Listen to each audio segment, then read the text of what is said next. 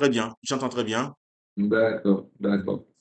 Donc voilà, je propose, avant de démarrer, donc peut-être, de Oui, faire un petit tour comme ça. Donc, vous faites connaissance avec les collègues que vous aurez donc certainement travaillé, à échanger donc, beaucoup. Donc, je vais commencer par moi-même. Donc, moi, je suis Mohamed Abi Benours et je suis responsable de projet techno-pédagogique, d'accord. donc ici à l'EFIC. Donc, il y a mes collègues, donc Madame Faten Essid, Oui. et qui se, donc Faten, Voilà, c'est moi. Ah, donc d'accord. Faten, elle s'occupe des formations qualifiantes. Formation qualifiante, oui. Oui, mais aussi des formations diplômantes, mais pas dans le cadre de l'appel 2024, puisque votre formation a été retenue pour l'appel 2024. Donc, C'est- FATEM s'occupe aussi des formations de l'appel 2023. Par contre, c'est notre collègue Aya Mhm. qui sera vraiment votre vis-à-vis pour ce projet, en particulier pour la composante transformation numérique de la formation pour laquelle vous avez bénéficié d'une subvention de 5 000 euros. Donc, c'est Aya qui va faire le suivi avec vous pour la réalisation et la mise en œuvre donc, de ce projet de Merci. transformation numérique. Merci. Euh, D'accord. donc, Mhm. sinon, il y a aussi donc, notre collègue Nada. Mhm. Donc, Nada, elle s'occupe de volet déploiement des formations. Donc, Déploiement des informations, de formation. Oui. Mhm. oui, vous aurez à travailler euh, donc avec elle beaucoup pour tout ce qui est processus de candidature des étudiants, choix des sélections des étudiants, donc Très bien, très bien. organisation Mhm. des examens et tout ça. Donc, ça, c'est la deuxième composante. Donc, je me D'accord. suis permis de présenter tous les collègues. D'accord. Voilà, mais parce que je vais vous quitter maintenant, puisque je vais aller vers une autre réunion. D'accord. Donc, je vous laisse, cher Zoro, avec mes collègues. Donc, ils vont. Donc, l'objectif de la réunion, Mhm. c'est justement donc, de voir, c'est-à-dire pour avancer sur votre projet, Mhm. pour les deux composantes, que ce soit le versement de la subvention et la réalisation des activités de transformation numérique qui sont indiquées dans votre fiche budgétaire validée, D'accord. mais aussi le processus d'intégration de votre formation dans le catalogue et tout ce qui suit en termes de candidature, ouverture de la plateforme de candidature, candidature des étudiants, sélection, démarrage des formations, fiche pédagogique, de la formation, examen et tout ça. D'accord. D'accord. Donc, je vous laisse entre de bonnes mains. Je souhaite Merci. Je suis. bonne réunion et à Oui. très bientôt. D'accord. Là, la parité du genre n'est pas respectée, hein. Il y a 3 femmes pour moi seul. La, la parité du genre, hein. Bon, On essaie d'encourager plutôt les femmes, on va dire. Ah ben, donc ça, ce sera un déséquilibre à la fin. Oui. Merci. Mhm. Alors, donc, vous permettez, Alors, je vais juste prendre un carnet. C'est vrai que j'enregistre. Je vais prendre un carnet pour noter éventuellement. d'accord. Ouais. Grâce, va voir dans la voiture s'il y a mon téléphone. Ah non, il est avec moi, c'est bon. Oui, alors donc, je vous écoute, on peut y aller. Mhm. Alors, rebonjour, Monsieur Zoro. Bonjour. Oui, Aya de l'Arbi. Oui, Mhm. euh, d'accord. Euh, alors, on peut commencer. D'accord. Comme c'est indiqué, vous avez reçu la première tranche de la subvention. En effet. Je vous ai envoyé le justificatif, Si, si, c'est si, ça? je l'ai vu. Mon directeur aussi l'a vu. Mhm. D'accord. Donc, vous avez vérifié si la subvention a été effectuée ou non, ou pas encore? Alors, bon, moi, je n'ai pas accès au compte parce que c'est le Mhm. Trésor national qui gère tout ça. Et donc, Mhm. c'est un processus long pour vérifier. Il faut que l'agent comptable aille D'accord. consulter et tout et tout. Mais si c'est nécessaire de le faire, je vais demander au comptable de vérifier. D'accord. Si vous avez l'information, vous pouvez m'écrire même un petit mail dans ce sens-là, d'accord? Wiki, si c'est confirmé que Très le bien. compte est accrédité, je vous réponds par email. Oui, C'est cela. d'accord, Merci. très bien. Alors, je vais commencer par une petite présentation. Si vous me permettez, je vais partager mon écran. Bien sûr, j'ai pas. D'accord. D'accord. Alors, vous voyez mon écran? Mhm. Oui, je vois très bien. Appel à projet 2024. Mhm. Très bien. Donc,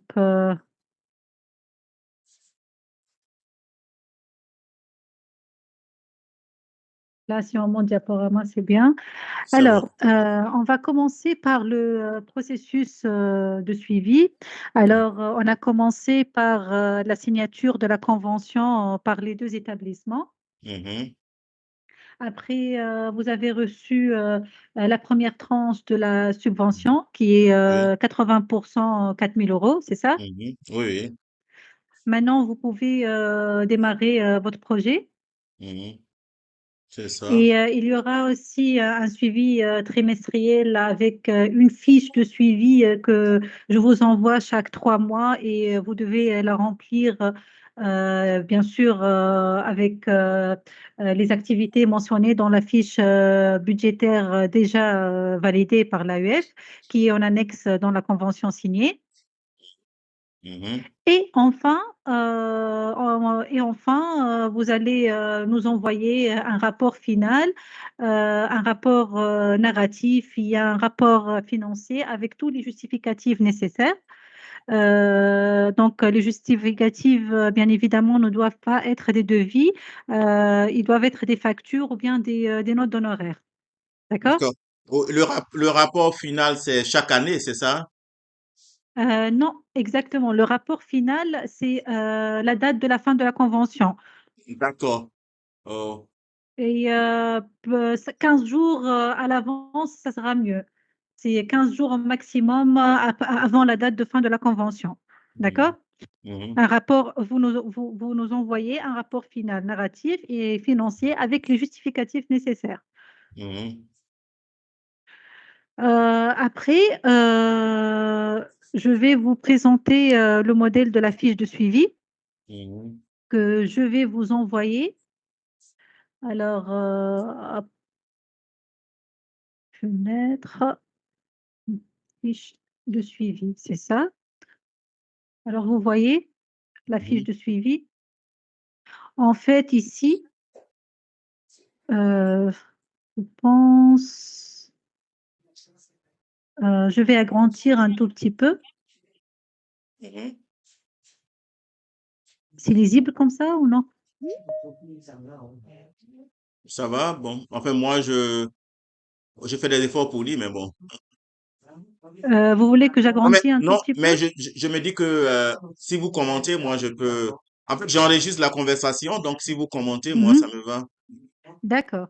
Alors là, bien évidemment, il y a l'intitulé du projet. Mhm. Alors, la dernière date de la mise à jour de cette fiche, Mhm. puisqu'on a dit c'est une fiche de suivi trimestriel.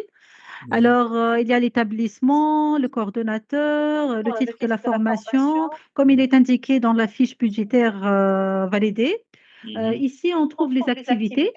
Ce sont les mêmes activités qui ont été aussi mentionnées dans la fiche budgétaire. En effet. L'acquisition, oui, l'acquisition, on a, je pense, 5 activités là. Mhm. L'acquisition d'équipements, de logiciels, la production des ressources pédagogiques numériques, la mobilisation d'une expertise. Toutes ces activités ont été mentionnées dans la fiche budgétaire. D'accord. Alors, vous devez aussi remplir la case ou les deux cases plutôt où il y a le financement par l'AUF et le financement par votre établissement. Mhm. Donc, il y a la case Est-ce des que les livrables. justificatifs, le financement de l'établissement, on doit donner des justificatifs ou pas? Bien, oui, oui, effectivement. Oui. Maintenant, si c'est en termes d'expertise, cela Mhm, dit, mhm. le financement est converti en expertise locale. Est-ce qu'il y a lieu Mhm. de donner un justificatif? Je sais pas. Les notes d'honoraires. Les notes d'honoraires, c'est ça? Oui, les notes d'honoraires, bien évidemment, vous devez suivre le barème de l'AEF qui est en annexe dans la convention aussi. Ça, Oui, il y a un barème qui est attaché à la convention en annexe, c'est le barème de l'AEF. c'est Ça cela. concerne les dépenses nécessaires pour l'expertise, les per C'est ça. diem, etc. C'est ça. En fait, je pose un problème de fonctionnement au niveau Mhm, de notre institution, puisque mhm, le budget annuel est voté par anticipation.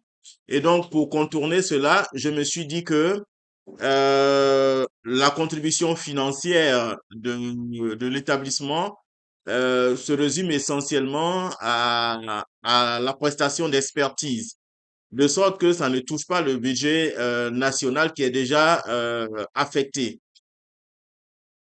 mhm, Voilà. Et donc, je sais pas comment, bon, j'en parlerai avec mon directeur, mais je sais pas comment l'expertise locale, c'est-à-dire la mise à mhm, disposition de la matière grise, je ne sais pas comment ça sera facturé pour une justification. Enfin, moi, mhm. je parle des D'accord. justificatifs de la contribution de notre institution, hein. Sinon, pour l'argent contribué par l'AUF, nécessairement, ça c'est sûr, il Mhm, y aura des factures. Mais la d'accord. contribution de l'établissement pour avoir des factures, ce sera difficile parce que ils ont déjà d'autres engagements. Et donc, moi, j'ai estimé le coût de l'expertise. C'est une estimation du coût de Mhm, l'expertise. Voilà. mhm. Euh, Par exemple, il y a des bons de commande avec des cachets. Si Faten, elle peut intervenir. Oh. Comment? Comment? Donc là, je m'excuse, j'avais un petit souci de micro. Donc, pour intervenir un petit peu, c'est Faten. Donc là, j'interviens. Il est possible également d'avoir s'il y a des bancs de commande avec signature et cachet du PHA. Donc, ou bien on peut avoir des chèques aussi, des photocopies de chèques. Ça serait bien. Oui, en Donc, fait, toujours des justificatifs.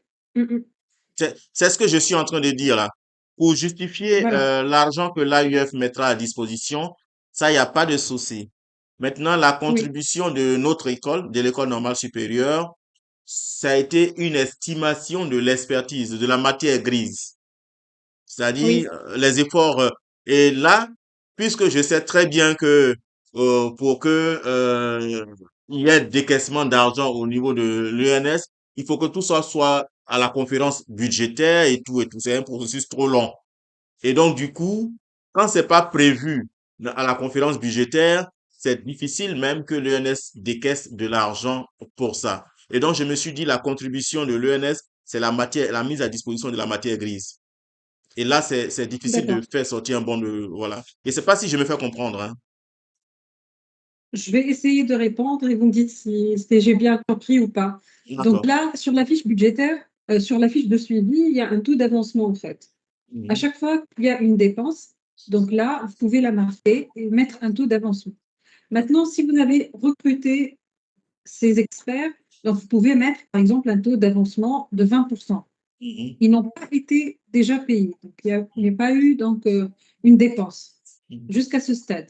Vous Mhm. pouvez, par exemple, à la fin, lorsque le travail est fait, il est fini, finalisé, vous pouvez à la limite donc, faire une attestation et, ou bien le PHA, donc président ou directeur, donc marquer que le travail il a été fait, il était, le montant, tel montant a été débloqué C'est avec une cela. petite signature Ça, et c'est bon. voilà. Donc Ça, on c'est essaie bon. Je comprends de maintenant. faciliter les choses, il n'y a pas de souci. Donc Voilà. là, c'est juste pour justifier Il n'y a pas de la souci. dépense parce que ma collègue, On s'est voilà, compris. On s'est compris. C'est juste une signature pour dire que bon, s'il y a voilà, 2000 euros de contribution de l'ENS, le PH, la plus haute autorité, met simplement que oui, 2000 euros ont été payés. Et puis il signe, c'est tout sur un voilà. papier. Ça, Voilà.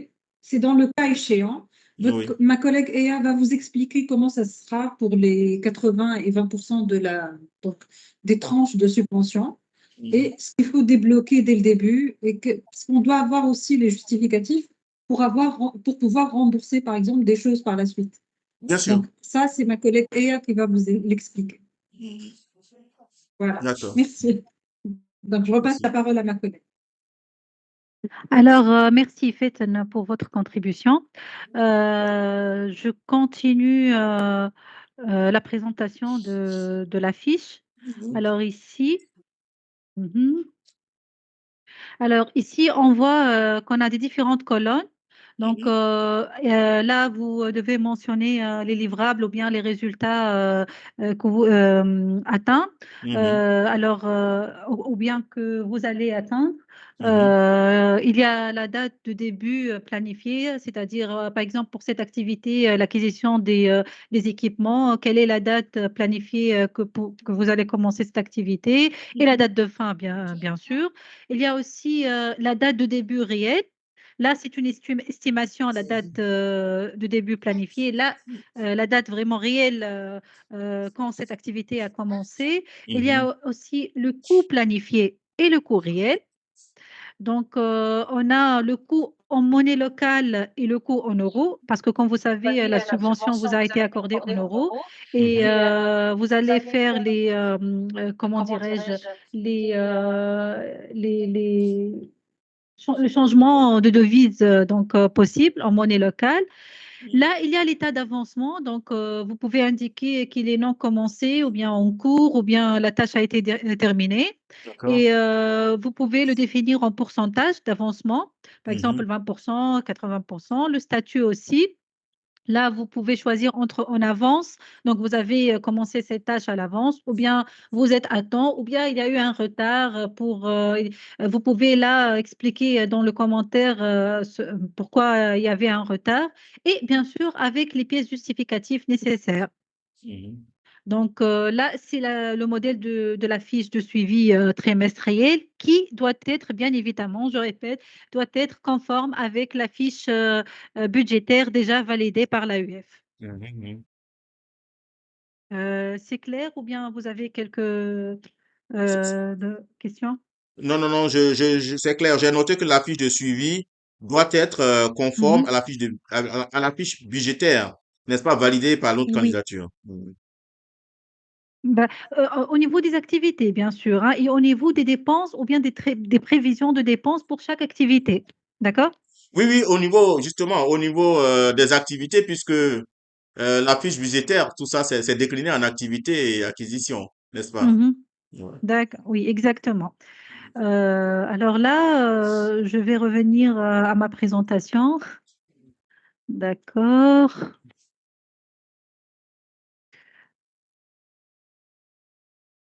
C'est bon? C'est bon, oui. Donc là, c'était une petite explication euh, que ça doit être confort. Je vais passer au mon diaporama. C'est un peu long. D'accord. Vous voyez là, les activités sont en confort. Mhm. Ensuite, il y a quelques notes à retenir. Donc, je vous informe s'il y avait un changement au niveau de la fiche budgétaire, que ce soit au niveau des activités ou bien des dépenses. Alors, il sera préférable d'informer l'AUF, Mhm. d'attendre la validation et Mhm. peut-être il y aura un avenant probable au niveau de la convention. S'il y a aussi un retard dans la mise en œuvre du projet ou bien dans la mise en place de la formation, il faut informer aussi l'AUF. Il faut envoyer quand même le rapport d'activité finale et le rapport financier et Mhm. faire un avenant pour la convention si c'est possible. Mhm.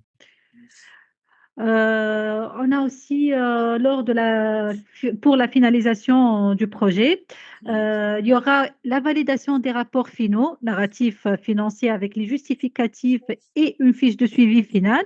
Donc, Mhm. vous nous envoyez les justificatifs nécessaires en annexe dans les rapports finaux. Et si ces rapports ont été validés par l'AUF, vous recevez le reste de la subvention, tout en sachant qu'on doit consommer tout le budget qui a été accordé. C'est-à-dire, vous avez une subvention de 5 000 euros, alors vous devez consommer 5 000 euros et non pas juste les 4 000 euros, c'est ça? C'est ça. D'accord. D'accord. Et puis, après validation du rapport, vous allez recevoir ou bien vous allez être remboursé par les 20% qui restent. Si votre projet n'a nécessité que 4 000 euros, donc les 20% de la subvention ne vont pas être versés. D'accord. C'est clair? C'est clair. Très bien. Donc, grosso modo, c'est ça. Je ne sais pas si Faith, a quelque chose à dire. J'aimerais bien clarifier juste quelques points. Donc, je vais commencer par la fin. Donc là, avec les rapports narratifs et financiers, toujours on demande une fiche de suivi final parce que là, comme vous a expliqué ma collègue Eya, donc là, à chaque fois, à chaque trimestre, donc on demande une fiche budgétaire, une fiche de suivi qui doit être actualisée. Par exemple, je ne sais pas, vous avez donc planifié, je dis n'importe quoi, au mois de janvier, de recruter un expert. Il y a eu des retards. Donc, dans la première fiche, vous avez marqué, c'était pour le mois de janvier, que ça allait prendre telle et telle date, que la formation, elle va avoir lieu, je ne sais pas à quelle date.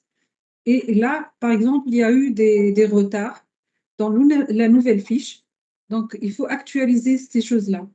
Donc, porter les modifications nécessaires et avant donc la fin de la convention, de la date de la convention, il faut obtenir toujours la fiche de suivi finale, c'est-à-dire où tout a été probablement finalisé. Normalement, c'est ça. Donc, c'est une fiche finale avec tout qui est actualisé. Il n'y a plus de prévision. Donc là, uniquement les tâches qui ont été, normalement, la totalité des tâches qui ont été effectuées.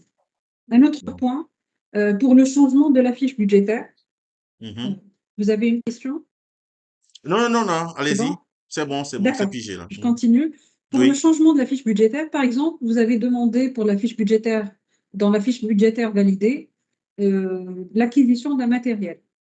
Et après, en cours de route, vous avez décidé que vous n'avez plus besoin de ce matériel ou ce matériel a été offert par votre établissement. Il ne fait plus partie de ce projet-là, mais par exemple, c'est pour la totalité des projets de l'université. Donc là, vous jugez que vous devez faire un changement. Au lieu de dépenser, par exemple, je ne sais pas, 2 000 euros pour l'acquisition du matériel, vous avez décidé de dépenser ces 2 000 euros pour la plateforme. C'est ça. Un exemple. C'est Donc ça. là, vous allez, avant de modifier la fiche de suivi, donc il faut modifier la fiche budgétaire, Mhm. nous l'envoyer à nouveau. Mhm. Donc, comme ça, il y aura une validation, une étude et une validation. Dès notre retour, donc dès le retour de EIA, donc là, vous pouvez poursuivre sur la fiche de suivi. Donc, le changement ne se fait pas automatiquement sur la fiche de suivi, surtout en ce qui concerne les rubriques et les postes de dépenses. Mhm. Donc, D'accord. Donc là, voilà. Et ma collègue Ea, elle a mis, par exemple, si vous avez marqué quelque chose dans l'acquisition de l'équipement, et donc vous allez changer sur la fiche budgétaire la rubrique, c'est-à-dire l'intitulé du poste de dépense. Donc là, vous allez décaler un petit peu de la rubrique acquisition, par exemple, vers la rubrique logiciel. Mhm. Donc le changement ne se fait pas automatiquement sur la fiche de suivi. Il est nécessaire de modifier la fiche budgétaire, de nous l'envoyer à nouveau pour validation. Et par la suite, vous portez, une fois que vous avez l'accord, et normalement, ceci, il est notifié par un avenant, Mhm. parce que là, cette fiche budgétaire, elle est, donc, on la retrouve dans votre convention. elle a été signée, il y avait le cachet et tout ça. Si. Donc, voilà, pour pouvoir modifier. Donc là, et par la suite, une fois que vous avez les validations, vous pouvez porter ça sur la fiche de suivi.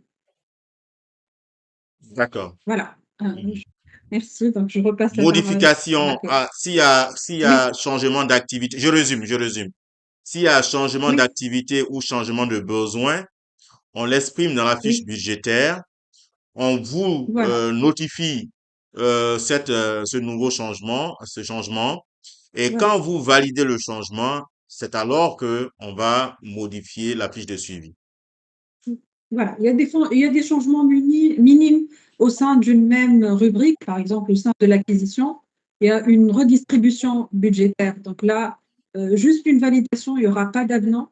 Mais si on change directement d'une rubrique, par exemple l'acquisition, vers une rubrique production, donc là, de la première vers la troisième, par exemple, rubrique, C'est ça. donc là, il y aura un avenant. Et Si. Mhm. toujours, il faut travailler dans le cadre donc, de la subvention. Il ne faut pas dépasser le montant. Merci, c'est bien compris. Donc, C'est bien compris. voilà, je À vous en prie. l'intérieur d'une Je rubrique, repasse la parole à ma collègue. à l'intérieur d'une rubrique, Comment? je résume, hein, à l'intérieur d'une Oui, rubrique, s'il oui. y a changement, il s'agit juste d'informer. Il n'y a pas besoin de Voilà, convention informer, d'avenant. nous envoyer la fiche. Et Si. là, je ne pense pas qu'il y aura. Oui, C'est ce que j'ai compris que je résume en fait. On vous voilà. envoie, on vous Oui, notifie et il n'y a pas de nécessité d'avenant de convention.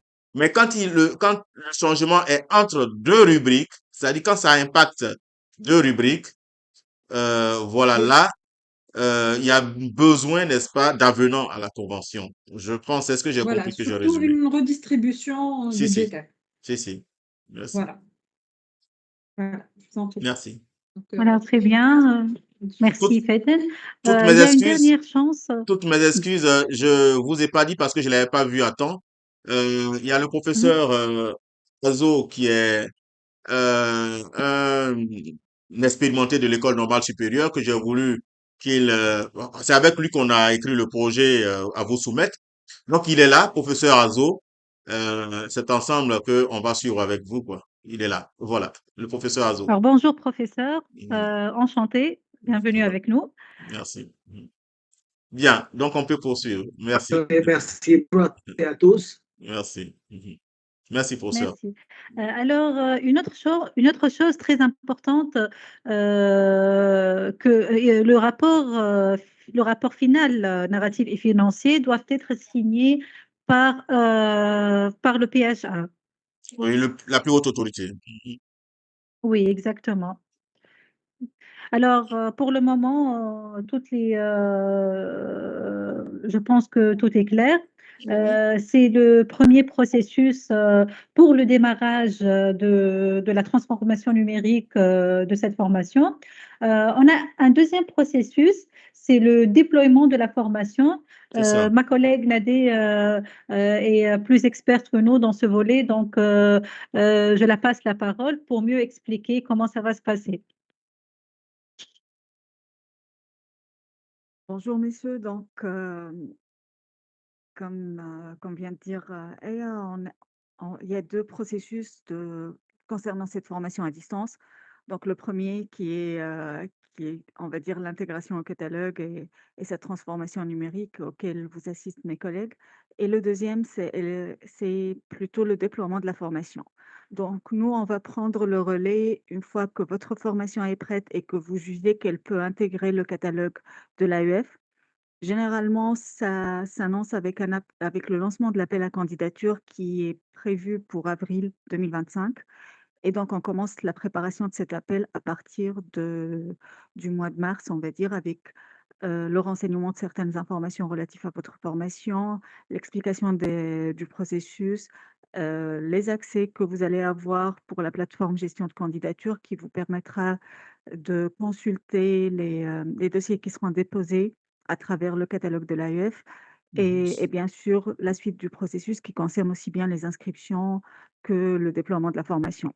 Donc, nous, on essaie justement de vous assister par rapport à, à, on va dire, on essaie de vous permettre de toucher un maximum d'étudiants qui sont répartis dans le monde Mhm. et donc et ce grâce au réseau de l'AUF. J'ai un peu regardé votre dossier, donc j'ai vu qu'il s'agit d'un master en M1 et M2. Donc, la question à laquelle vous allez réfléchir et nous répondre à l'approche du lancement de l'appel à candidature, c'est est-ce que vous lancez le M1 et M2 en même temps ou est-ce qu'on commence avec le M1 uniquement et on lance le M2 pour la promotion qui suit? A priori, la rentrée des cours est prévue pour janvier 2026, ce qui implique que l'appel à candidature il sera ouvert vers la mi-avril, pardon, pour se poursuivre jusqu'en septembre. À partir de septembre, il y aura la période de sélection des candidatures et vers le début octobre, c'est la période d'inscription pour les étudiants. Donc, on n'intervient pas pour les sélections. Nous, on vous assiste juste à ce que les étudiants déposent leur dossier auprès de nous, à ce que vous ayez accès à tous ces dossiers. Et, heu, et puis, c'est plutôt à l'université d'effectuer sa sélection selon ses critères et ses exigences. L'AUF, elle vous accompagne aussi en accordant un certain nombre d'allocations à certains étudiants. Donc, les critères principaux sont le mérite académique et puis, on va dire s'il y a vraiment une forte demande de l'étudiant par rapport à sa situation financière. Ça aussi, c'est laissé à l'université de déterminer cette liste d'allocataires et nous, on essaye juste d'orienter un peu avec les critères qu'on vous envoie. Donc, l'avantage, on va dire, c'est que les étudiants ne vont pas avoir à se déplacer ni à chercher à comment payer leurs coûts. Donc, ils seront chez eux, ils paieront en monnaie locale auprès des différentes implantations de l'AUF. Et une fois que c'est fait, on va comparer les listes avec vous, on va confirmer les inscriptions finales et un état de reversement vous sera communiqué pour ces frais d'inscription qui sont collectés à travers du réseau AUF. On détaillera ça à l'approche de la date, on va dire, de l'appel à candidature avec, une présentation de la plateforme gestion de candidature, avec le détail, se rapportant à toutes les étapes du déploiement. Il y a une convention de déploiement qui vous sera envoyée une fois que vous confirmez l'intégration de votre formation pour la rentrée prochaine avec justement toutes les clauses relatives à ces candidatures, inscriptions, allocations et aussi à la possibilité d'organiser des regroupements ou des examens dans les implantations de l'AUF, durant lesquels nous, on vous assiste justement pour le faire et pour que ça se déroule dans de bonnes conditions. Donc ça, je vais dire que c'est grossièrement le processus de déploiement. On pourra organiser une autre réunion vers, le début de l'année pour parler du détail. Vous aurez déjà avancé sur votre projet et sur son lancement et là, on pourra parler des points spécifiques du déploiement, aussi bien des différentes phases, candidature, inscription, organisation des examens, peut-être échange de documents. J'ai 2 points d'attention qui sont vraiment importants. C'est de réfléchir justement aux procédures de candidature et d'inscription que vous avez à l'université, s'il y a nécessité de faire une double candidature ou une double inscription à travers l'AUF et vous. Donc là, il faudra qu'on soit notifié, qu'on l'explique bien aux étudiants.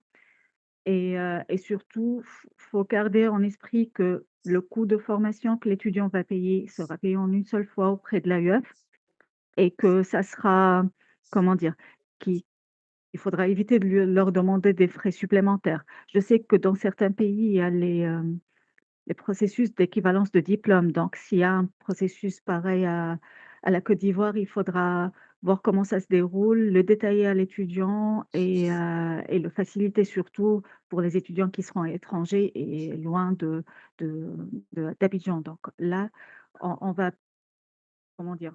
On va pas se retrouver avec des candidatures et des dossiers que vous allez sélectionner, mais qu'on ne pourra pas les inscrire dans votre université parce qu'il y a des particularités par pays.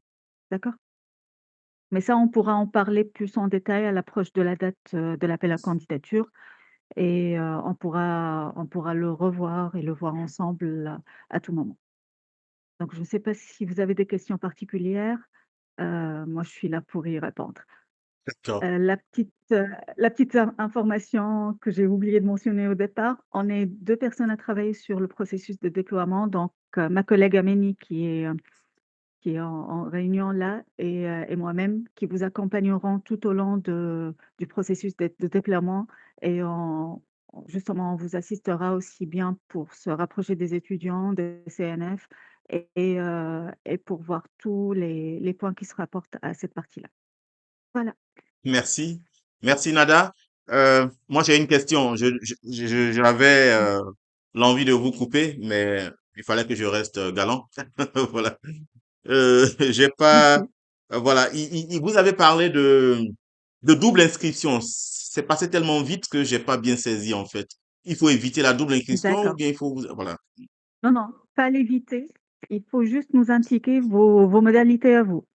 Donc, si votre université justement a un processus d'inscription particulier, Mhm, il faudra nous l'indiquer. Certaines mhm, universités, par exemple, je prends le cas des universités françaises, il y en a où les étudiants s'inscrivent chez nous, mais ils doivent quand même faire une inscription sur une plateforme de l'université. Donc, s'il y a ce genre de pratique, il mhm. faudra le penser et l'indiquer. Si par exemple, nous, on demande pour les dossiers d'inscription les documents standards, on va dire les copies conformes des diplômes, une pièce d'identité, deux photos et une lettre de motivation. Mais vous, pour votre école, vous pouvez peut-être avoir besoin d'autres documents, Mhm. avoir besoin d'un test de niveau dans une certaine matière, avoir C'est besoin ça. de Mhm, recommandations. Ça, mhm, c'est des trucs que vous précisez et qui doivent être affichés ensuite au niveau du catalogue.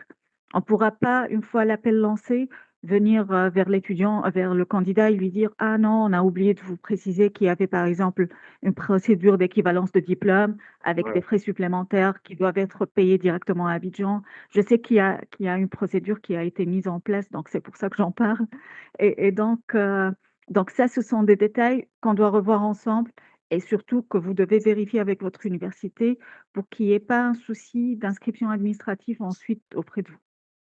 c'est D'accord? cela. Pour éviter Voilà. pour agacer le moins possible les étudiants. Voilà. Voilà. Mhm. En fait, D'accord.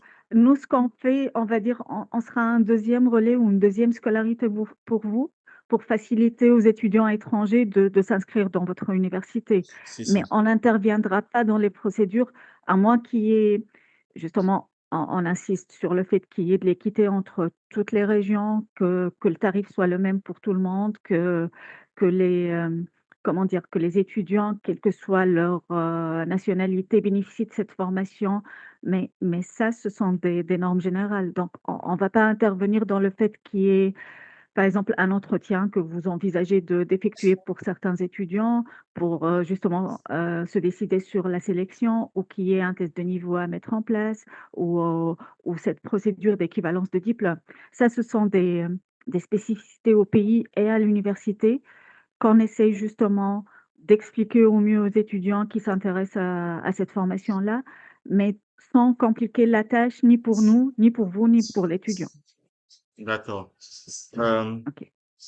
J'avais une question relative à ça. Voilà, d'abord, j'ai deux questions, au cas où j'oublierais. Oui, d'accord. Par exemple, la codiplomation.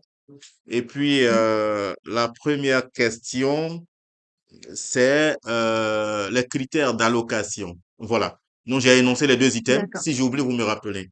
Alors, les critères d'allocation. Est-ce que nous, au Mhm. sein de notre institution, on doit se Oui, réunir, définir que selon tel ou tel critère, on bénéficie d'un quart de bourse, de l'AUF, de la totalité de l'AUF ou de la moitié? Est-ce que c'est à nous de décider ou bien c'est vous qui décidez?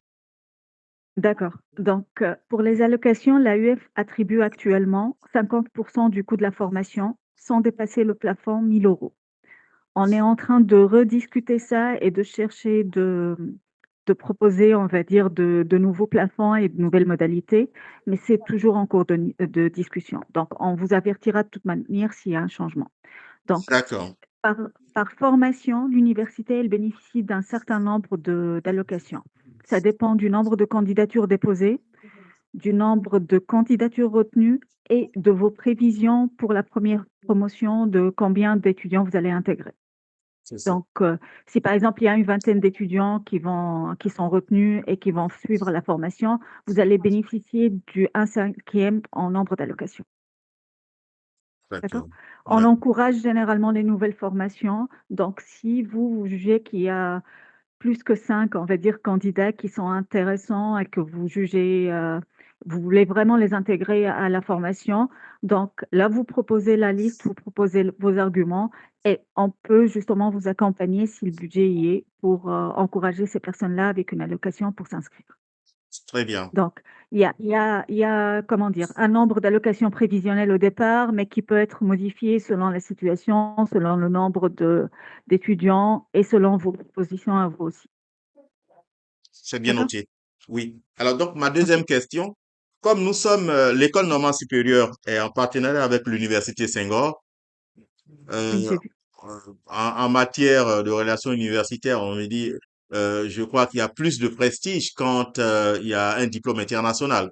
Alors donc, dans notre Oui, convention, et surtout dans notre candidature, puisque l'Université Senghor même fait partie, c'est un consortium.